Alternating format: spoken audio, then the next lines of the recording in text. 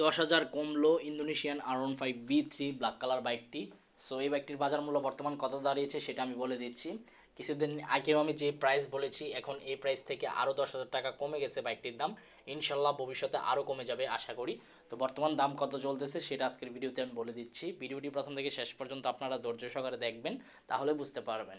চলুন কথা না বাড়িয়ে ভিডিওর মূল টপিকে যাই। আসসালামু আলাইকুম guys, it's me Arman Sarwar. আজকের ভিডিওতে কোন ব্র্যান্ডের বাইকের সম্পর্কে কথা বলতে যাচ্ছি অলরেডি থাম্বনেল বা টাইটেল দেখে বুঝেই গেছেন নতুন করে কি বলবো।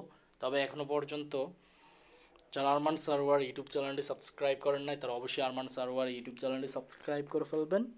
বন্ধুরা, ইন্দোনেশিয়ান R15B3 ব্ল্যাক কালার বাইকটি কিন্তু ব্যাপক চাহিদা বাংলাদেশের বাজারে ছিল, এখনও আছে বিদায় বাংলাদেশে আবার অ্যাভেলেবেল হয়ে গেছে। সো বর্তমান দাম কত সেটাই বলবো।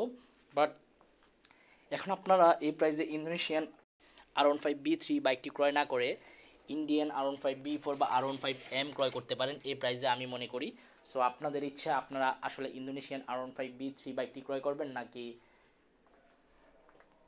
ইন্ডিয়ান R15B4 বা R15M ক্রয় করবেন, সম্পূর্ণ আপনার সিদ্ধান্ত। তবে প্রাইসটি বলে দেই, কিছুদিন আগে আমি যখন বাইকটির রিভিউ দেই বা প্রাইসের সম্পর্কে আপডেট ইনফরমেশন দেই তখন বাইকটির প্রাইস ছিল আপনার 6 লক্ষ টাকা আস্কিং প্রাইস। এখন 10,000 টাকা কমে 5,90,000 টাকা আস্কিং প্রাইস দাঁড়িয়েছে।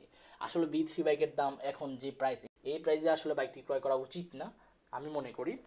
বাট ভবিষ্যতে আরও দাম কমবে ইনশাল্লাহ, কারণ এই প্রাইসে বাইকটি ক্রয় করার মানুষ খুবই কম। তারপরে যারা ক্রয় করে তাদের ইচ্ছা আছে বিদায়ী বাইকটি ক্রয় করে। তো যাই হোক, এই ছিল আজকের ভিডিওর আপডেট ইনফরমেশন। আই হোপ আজকের ভিডিওটি আপনাদের ভালো লাগছে।